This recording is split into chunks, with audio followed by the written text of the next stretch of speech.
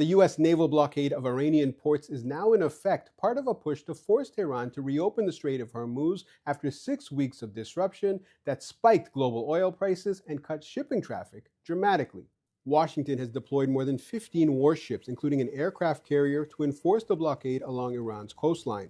U.S. Central Command is leading the operation, restricting access to Iranian ports while keeping the main shipping lane through Hormuz technically open. Traffic is still well below normal levels, and we're already seeing disruption. At least 2 tankers turned around as the blockade began. Donald Trump says this is about forcing Iran back to the negotiating table and reopening the strait, warning Iranian vessels could be targeted if they approach. Right now we have a blockade. They're doing no business. I didn't like seeing boats come out if they were doing business with Iran, but if they weren't, no boats came out. So now Iran is doing absolutely no business. There's also a growing risk of a wider standoff. China says it has its own agreement with Iran to keep oil flowing and is warning the U.S. not to interfere. At the same time, diplomacy is underway. Qatar is urging Iran to engage in mediation and reopen shipping lanes, while European governments are stressing that freedom of navigation through Hormuz must be protected. So for now, it's a fragile balance. Military presence building, diplomacy continuing, and a situation that could escalate quickly. Adel Halim, Euronews, Doha. A presidente do Banco Europeu para a Reconstrução e o Desenvolvimento alertou para um impacto económico muito mais grave na União Europeia caso a guerra no Médio Oriente se agrave. Odile Renaud-Bassot afirmou que os impactos económicos estão diretamente relacionados com a subida vertiginosa do preço da energia. With a oil barrel at $100 per barrel for a long period of time, the impact on the growth on our countries of operation is minus 0.4, so a drop of growth of 0.4% and an increase of inflation of around 1.5%. This doesn't mean recession, but if the situation worsens, then the impact will be wider and more significant. Na semana passada, o Banco Europeu para a Reconstrução e o Desenvolvimento anunciou planos para canalizar 5 mil milhões de euros em investimentos até 2026 para os países do Médio Oriente afetados pelas repercussões económicas do conflito. When you have private sector banks which are withdrawing or reducing their exposure, reducing their investment in these countries, we are stepping in a way as a counter-cyclical bank which is there to continue to support investment. A resposta inicial do banco centrar-se-á nas economias diretamente afetadas pelo conflito, como o Iraque e o Líbano, ou outros países vizinhos como o Egito.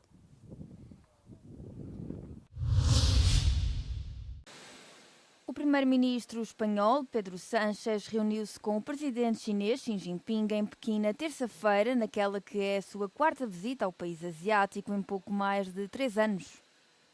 A visita tem como objetivo discutir os desafios globais atuais, incluindo a guerra no Irão, e reforçar ainda mais as relações bilaterais entre Espanha e a China, num clima geopolítico instável. He tenido la oportunidad de comentar con el presidente Xi las reformas que nuestro sistema multilateral necesita para reconocer de mejor manera la realidad multipolar del mundo de hoy. Madrid afirma que Sánchez também manterá conversações com o primeiro-ministro chinês e o líder do Congresso do país durante a visita.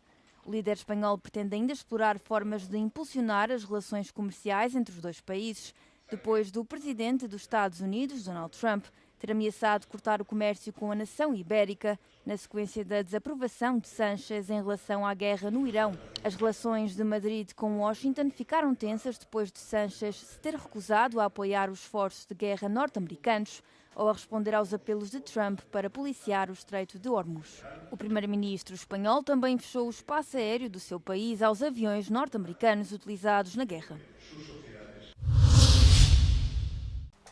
A Greenpeace alertou que um potencial colapso do abrigo interno contra a radiação na central nuclear desativada de Chernobyl poderia provocar uma libertação catastrófica de radioatividade para o ambiente. O aviso surge poucos dias antes do 40º aniversário do desastre de Chernobyl. Em 1986, um reator da central explodiu, libertando nuvens radioativas por grande parte da Europa, no que continua a ser o pior desastre nuclear da história. Na sequência do desastre, desastre, foi construída uma estrutura interna de aço e betão em torno do reator destruído para impedir novas fugas de radiação. Anos mais tarde foi construída uma cúpula de alta tecnologia em torno desta estrutura para proteção adicional. No entanto, no ano passado, um drone russo atingiu esta camada exterior e a Greenpeace afirmou que, apesar de algumas obras, o escudo protetor ainda não pôde ser totalmente reparado. A organização alertou agora que isto aumenta o risco de libertação de radioatividade, especialmente no caso de um colapso da estrutura interna. Novas obras no local têm sido impedidas pelos ataques contínuos da Rússia. Para além do aviso da Greenpeace, o diretor da central também alertou que, caso um míssil caísse perto das instalações, a estrutura poderia correr o risco de ruir devido ao impacto.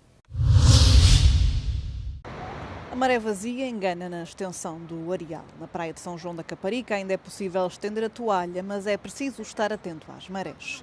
O avanço do mar e o recuo da linha de costa são notórios. Localizada a cerca de 20 km do centro de Lisboa, esta foi uma das praias do concelho de Almada a ser identificada pela Agência Portuguesa do Ambiente, que fez um levantamento a nível nacional dos impactos das tempestades Ingrid, Joseph, Christine, Leonardo e Marta em infraestruturas, estruturas de proteção costeira, recuo da linha de costa e alterações na morfologia das praias. De acordo com o organismo, entre 20 de janeiro e 19 de fevereiro, esta praia recuou um máximo de 14 metros. Ou seja, onde havia reduna, a duna resistiu e lá está. Onde, assim que acaba a reduna, temos 1,5 m de fosso, porque a areia foi toda. Perante o recuo das praias e os estragos provocados pelas tempestades no início do ano, o Governo anunciou um plano de investimento na costa portuguesa no valor de 111 milhões de euros, sendo que 15 milhões serão já aplicados em medidas de requalificação da zona costeira antes do início da época balnear. Nas praias urbanas da Costa da Caparica foram prometidos novos enchimentos de areia. As pessoas não percebem muito bem porque acham que é deitar areia para o mar e é deitar dinheiro à rua, mas não é, porque todos estes enchimentos o que é que têm permitido? Têm permitido maior sedimentação no fundo do mar e é isto que está a salvaguardar a costa. Apesar de intensificada pelo mau tempo, a erosão da linha costeira não é algo exclusivo da Costa da Caparica, nem é estanque no tempo. Fatores como a subida acelerada do nível da água do mar, o aumento dos fenómenos meteorológicos extremos e um déficit estrutural de areia ajudam a explicar o fenómeno. Os nossos rios, devido às barragens que existem, transportam menos areia para o mar e, portanto, eu tenho menos areia disponível no sistema. E, portanto, o que acontece em muitas praias em Portugal é que, de ano para ano, se não se fizer nada, a quantidade de areia na praia vai se reduzindo. Nas soluções imediatas a nível nacional, além da reposição da areia, a Agência Portuguesa do Ambiente tem planeadas obras de reconstrução de acessos, reforços de cordões dunares, intervenções em passadiços, estacionamentos, trabalhos de estabilização e limpeza. Já o problema de fundo merece uma conjugação delicada entre a natureza e a ação humana. O futuro exige uma adaptação contínua com a preservação das estruturas naturais, como as dunas, além de decisões de melhor planeamento e ordenamento do território, com a definição de zonas de risco.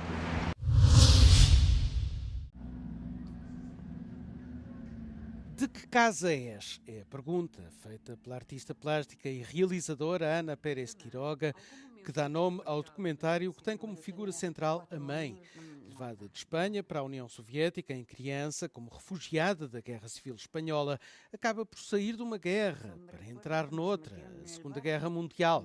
Afastada da família e do país natal, só voltou à Espanha adulta depois da morte de Stalin. Não me recordo mais nada. 4 anos já não me recordo nada. Fala pouco, mas quando fala, nunca, desde que me lembro, nunca nos passou uma ideia que isto fosse um trauma. Antes, pelo contrário. Eu sempre senti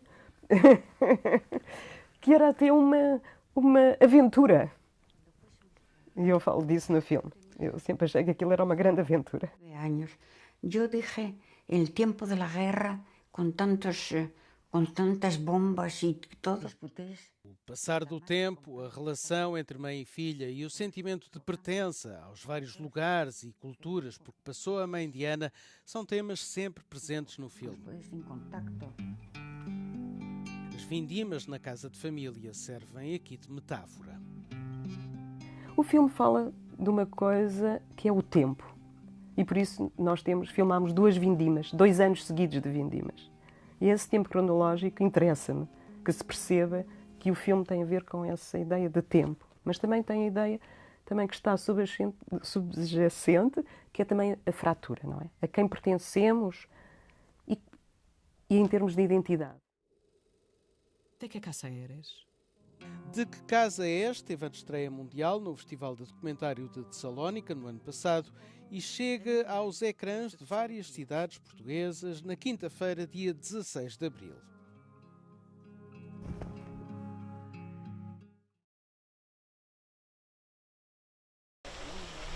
Fatu, a gorila mais velha do mundo a viver em cativeiro, celebrou o seu 69º aniversário com um banquete na segunda-feira, saboreando tomates cereja, beterraba, alho porro e alface no Jardim Zoológico de Berlim. Não houve bolo de aniversário, uma vez que o açúcar não é saudável para a primata idosa. Fatu, uma gorila das planícies ocidentais, chegou ao que era então Berlim Ocidental em 1959.